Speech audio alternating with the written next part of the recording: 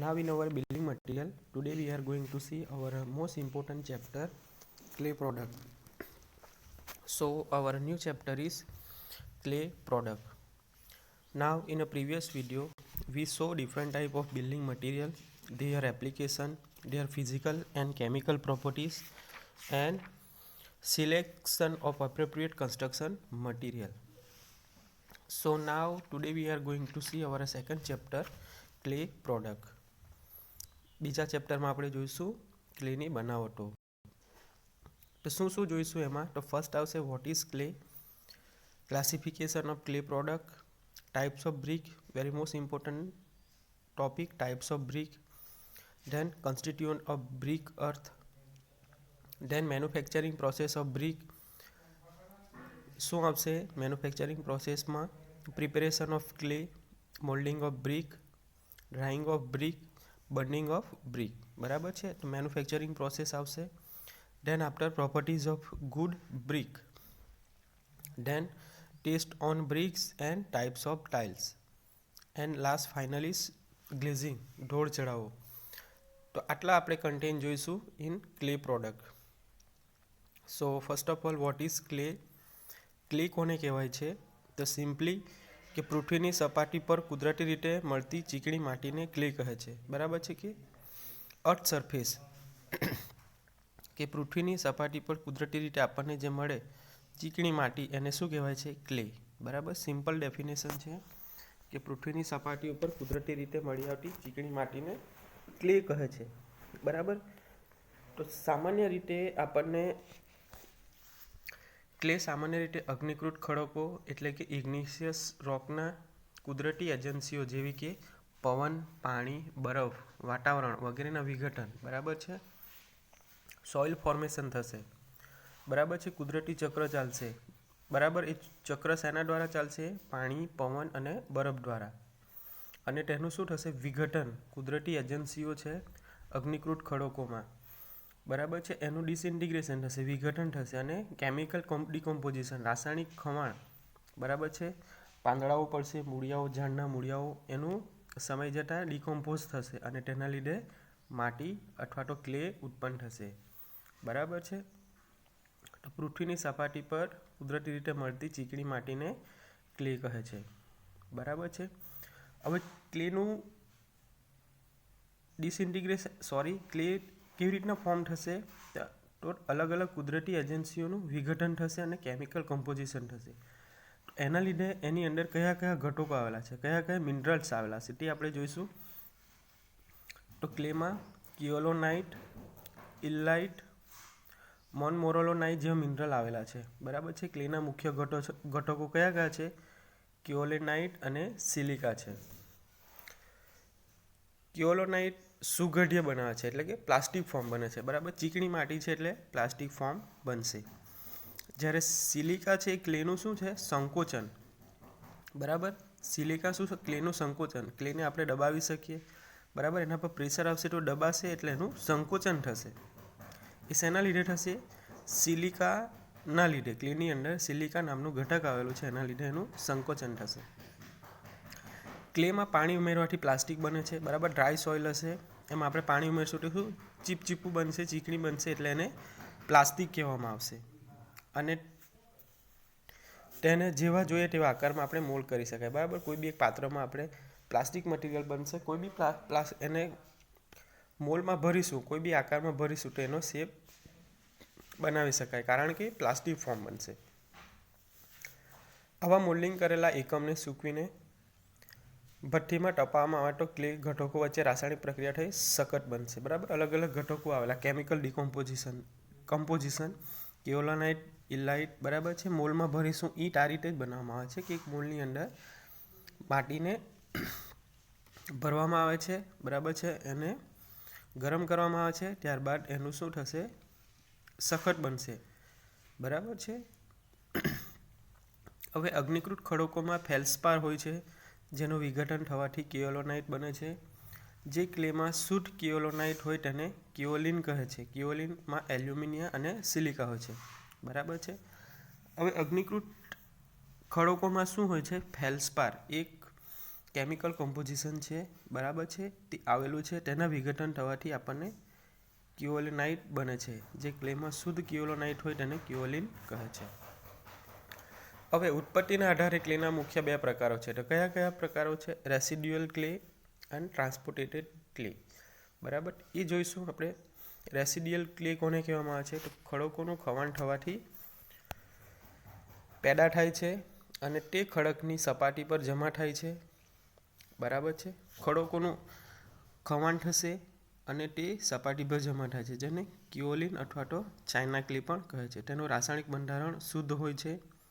તેનો ઉપયોગ પોતરી બનાવવા માટે થાય છે. સેકન્ડ છે ટ્રાન્સપોર્ટેટેડ ક્લે. તો ખડકોનું ખવાણ થવાથી પેદા થાય છે અને તેનું વહન થઈને દૂરના સ્થળે ટ્રાન્સપોર્ટ થશે, એક જગ્યાથી બીજી જગ્યાએ જશે. બરાબર છે, તો ખડકોનું ખવાણ થશે, તેનું વહન થશે અને દૂર સ્થળે જમા થશે. તેનું રાસાયણિક અને મિનરલ બંધારણ વિષમ ગુણી હોય છે. તેમાં અશુદ્ધિઓ વધારે છે. બરાબર છે. આ પ્રકારની ક્લેના નિર્માણમાં ગ્લેશિયર, સીસ, રિવર, લેકના રોલના આધારે તેને glacial clay, marine clay, alluvial clay અને લેકેસ્ટ્રેન ક્લે પણ કહેવામાં આવે છે. તો અલગ અલગ પ્રકાર છે ટ્રાન્સપોર્ટેટેડ ક્લેમાં. નેક્સ્ટ છે કે ક્લેની મુખ્ય લાક્ષણિકતાના આધારે નીચે મુજબ 4 વર્ગોમાં વહેંચી શકાય. હવે ક્લેના માટીને હવે 4 પ્રકારમાં વહેંચી શકાય એના લાક્ષણિકતા, પ્રોપર્ટીઝના આધારે. તે 4 પ્રોપર્ટીઝ કઈ પ્રોપર્ટીઝના આધારે વર્ગીકરણ કયા છે? તો પહેલું આવશે ચાઇના ક્લે, બીજું આવશે ફાયર ક્લે, વિટ્રીફાઇંગ ક્લે અને બ્રિક ક્લે. 4 પ્રકાર છે. તો first is a China clay. તો તે ક્લેનું કેવું છે? સૌથી શુદ્ધ સ્વરૂપ છે, જેમાં કયું ઘટક આવેલું છે? કિઓલિનાઇટ મિનરલનું પ્રમાણ વધારે હોય છે. તેના ઊંચા ગ્રેડની ક્લેને ગણવામાં આવે છે અને તેનો ઉપયોગ ક્રોકરી અને પોર્સેલેન વેર બનાવવામાં છે. બરાબર છે, ઘરમાં તમે જે ક્રોકરી સેટ વાપરો છો એ કઈ ક્લેમાંથી બને છે? ચાઇના ક્લેમાંથી. બરાબર, પોર્સેલિન વેર પણ ચાઇના ક્લેમાંથી બનાવવામાં આવે છે. ફાયર ક્લે, તો તે રિફ્રેક્ટરી ક્લે પણ કહેવામાં આવે છે. રિફ્રેક્ટરી એટલે કે ઊંચા તાપમાને એ બની શકે છે, ઊંચું તાપમાન સહન કરી શકે છે, એને રિફ્રેક્ટરી ક્લે પણ કહેવામાં આવે છે. Fire clay is also known as refractory clay. તેમાં કેલોનાઇટ ઉપરાંત સિલિકા, ક્લિયોનાઇટ નામનું મિનરલ પણ આવે છે. તે ઉપરાંત 55 થી 75% એની અંદર સિલિકા આવશે, 20 થી 35% એનું એલ્યુમિનિયમ આવશે. નું પ્રમાણ ઊંચું હોય છે. તો આ પ્રકારની ક્લે તેના આકારમાં ફેરફાર થયા વગર ઊંચું તાપમાન સહન કરી શકે છે. કેટલું તાપમાન હશે? 1580 તાપમાન. તેનો ઉપયોગ અગ્નિ અવરોધક ઈંટો, રિફ્રેક્ટરી બીક બનાવવામાં થાય છે. આવી ઈંટો ચીમનીના લાઇનિંગ તેમજ મેટલર્જિકલ, મિકેનિકલ અને રાસાયણિક ઓપરેશનમાં વપરાય છે. આ થયું આપણું fire clay. Now third is vitrifying clay. Vitrifying clay કોને કહેવામાં આવે છે? તો આ પ્રકારની ક્લેમાં ફક્સિંગ કમ્પાઉન્ડ જેવા કે આયર્ન ઓક્સાઇડ, કેલ્શિયમ અને મેગ્નેશિયમ કાર્બોનેટનું પ્રમાણ વધારે હોય છે. તો કયા કેમિકલ ડિકોમ્પોઝિશન હશે વિટ્રીફાઇંગ ક્લેમાં? તો first is iron oxide, calcium અને મેગ્નેશિયમ. તે ઊંચું તાપમાન સહન કરી શકતા નથી. બરાબર છે, તાપમાન સહન કરી શકશે નહીં. 1100°થી વધુ તાપમાને ગરમ કરવામાં આવે તો ફ્લક્સી સોફ્ટ બની જાય છે અને કાચ જેવું મટીરિયલ પેદા કરે છે. બરાબર, જે બીજા ક્લે પાર્ટિકલ માટે બોન્ડિંગ એજન્ટ તરીકે કામ કરે છે, જેના લીધે લીસી સપાટીવાળી સખત ક્લે પ્રોડક્ટ પેદા થાય છે. Now last is a brick clay. બરાબર, નામ પરથી તમને ખબર પડશે, બ્રિક એટલે ઈંટ. તો બ્રિક ક્લે એક નીચા ગ્રેડની ક્લે છે. તેનો ઉપયોગ બાંધકામ માટેની ઈંટો બનાવવા માટે થાય છે. તેમાં silica, aluminium, iron oxide, calcium oxide, magnesium oxide અને ઓર્ગેનિક મેટરનું પ્રમાણ વધારે હોય છે. બ્રિક ક્લેમાં શું આવશે? કે નીચા ગ્રેડની ક્લે છે. બરાબર છે, અને તેનો ઉપયોગ શું થશે? બાંધકામની ઈંટો બનાવવા માટે થાય છે. બરાબર, બ્રિક એટલે ક્લે. બરાબર, સોરી, બ્રિક એટલે ઈંટો ને બ્રિક ક્લે એટલે જેમાંથી ઈંટો, જે ક્લેમાંથી આપણે ઈંટો બનાવી શકીએ. તેમાં કયા કેમિકલ ડિકોમ્પોઝિશન હશે? Silica, aluminium, iron oxide, calcium oxide, magnesium oxide અને બીજા ઘણા બધા ઓર્ગેનિક મેટર. કાચી ઈંટને ભઠ્ઠીમાં તપાવવાથી આયર્ન, કેલ્શિયમ અને મેગ્નેશિયમના ઓક્સાઇડ ઓગળી જાય છે અને સિલિકા અને એલ્યુમિનિયમના બોન્ડ કરે છે. હવે નેક્સ્ટ આપણે જોઈશું કે એનું વર્ગીકરણ, classification of clay product. Different type of clay have different properties. તો તો અલગ અલગ પ્રકારની ક્લે છે. તો ક્લેની વિવિધ બનાવટો. ક્લેમાંથી કઈ પ્રોડક્ટો આપણે બનાવી શકાય? તો first is brick, tiles, refractories, terracotta, earthenware, stoneware અને પોર્સેલેન. ક્લેમાંથી શું બનાવી શકાય? ઈંટો બનાવી શકાય, ટાઇલ્સ બનાવી શકાય,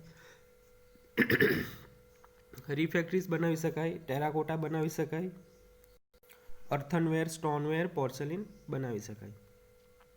તો ફર્સ્ટ ઇઝ બ્રિક. તો બ્રિકની અંદર પણ બે પ્રકાર આવશે, એક તો સાદી ઈંટો અને બીજી ખાસ પ્રકારની ઈંટો. હવે ખાસ પ્રકારની ઈંટોમાં પણ અલગ અલગ ટાઈપ્સ આવશે. તો વિવિધ આકારો ધરાવતી ઈંટો અને નિર્ધારિત ઉપયોગ ધરાવતી ઈંટો. તો વિવિધ ઈંટોમાં કઈ આવશે? Round ended, cant, compass, bullnose, perforated, hollow, coping, king closer, queen closer, cornice, chequered અને આર્કેલી. આ અલગ અલગ પ્રકારની વિવિધ પ્રકારની ઈંટો એના આકારોના આધારે વર્ગીકરણ કરેલું છે. જ્યારે નિર્ધારિત ઉપયોગ ધરાવતી ઈંટોમાં કઈ આવશે? Fire BRICS. તો ફાયર બ્રિક્સની અંદર શું આવશે? એસિડ બ્રિક્સ, બેઝિક બ્રિક્સ અને ન્યુટ્રલ બ્રિક્સ. બીજી આવશે એસિડ રેઝિસ્ટન્સ બ્રિક્સ, સેન્ડ લાઇમ બ્રિક અને કલર બ્રિક. તો આ થયું નિર્ધારિત ઉપયોગ ધરાવતી ઈંટો. નાવ નેક્સ્ટ છે ટાઇલ્સ. તો ટાઇલ્સના પણ અલગ અલગ પ્રકાર છે. તે ઉપયોગના આધારે ટાઇલ્સ વિવિધ પ્રકારોમાં નીચે મુજબ છે: roofing tiles, flooring tiles, wall tiles, drain tiles અને ગ્લેઝ અર્થનવેર ટાઇલ્સ. રૂફિંગ ટાઇલ્સમાં કયા કયા પ્રકાર આવશે? તો country tiles, Allahabad tiles, Mangalore tiles, ridge tiles, valley tiles અને હિપ ટાઇલ્સ. ફ્લોરિંગ ટાઇલ્સમાં શું આવશે? ક્લે ટાઇલ્સ, ગ્લેઝ ટાઇલ્સ અને વિટ્રીફાઈડ ટાઇલ્સ. વોલ ટાઇલ્સમાં આવશે clay tiles, glaze tiles and vitrified tiles. Drain ટાઇલ્સમાં આવશે burn clay tiles, glaze tiles. અને ગ્લેઝ અર્થનવેર ટાઇલ્સમાં શું આવશે? Top surface glaze and under side unglaze, used in WC, bathroom, kitchen. ઠીક છે. તો અલગ અલગ ટાઇલ્સના પ્રકારો. નાવ થર્ડ છે રિફેક્ટરીઝ. બરાબર, આપણે આગળ જોયું તેમ રિફેક્ટરીઝ કોનું? જે ટાઇલ્સ અથવા તો જે ક્લે ઊંચું તાપમાન સહન કરી શકે, તો તેને શું કહેવામાં આવે છે? રિફેક્ટરીઝ. તો જે પદાર્થો ઊંચું તાપમાન સહન કરી શકે છે તેને રિફેક્ટરીઝ કહે છે. એના પણ બે પ્રકાર આવશે: base on chemical properties, base on resistance to temperature. તો કેમિકલ પ્રોપર્ટીઝમાં કઈ આવશે? એસિડિક, બેઝિક અને neutral. Base on resistance to temperature, low quality refractory and high quality refractory. હવે એસિડ બ્રિક્સમાં શું આવશે? Fire brick, silica brick. Basic બ્રિકમાં શું આવશે? Dolomite bricks, magnesite brick. Neutral બ્રિકમાં શું આવશે? Bauxite brick and chrome bricks. Fourth is terracotta. તો ટેરાકોટા એ શબ્દ શું છે? ટેરા એટલે કે ક્લે અને કોટા એટલે ટપાઉ. ઇટાલિયન શબ્દ છે. Terracotta is Italian word. Terra means clay and cotta means ટપાવવું. આમ ટેરાકોટા એટલે ટપાવેલી માટી. બે પ્રકાર આવશે: porous terracotta and polish terracotta. Porous ટેરાકોટામાં શું આવશે? Light weight, sound proof, fire resistance and poor strength. Polish ટેરાકોટાની અંદર આવશે strong and durable, leak proof, chemical resistance and fire proof. તો આ થયા અલગ અલગ પ્રકારના ક્લેની બનાવટોનું વર્ગીકરણ, ક્લાસિફિકેશન. બરાબર. તો ફરીથી આપણે જોઈશું એકવાર શું છે ક્લે. શું છે કે પૃથ્વીની સપાટી ઉપર કુદરતી રીતે મળતી ચીકણી માટીને ક્લે કહે છે. શામાંથી મળી આવે છે? અગ્નિકૃત ખડકોમાંથી, ઇગ્નિશિયસ રોક.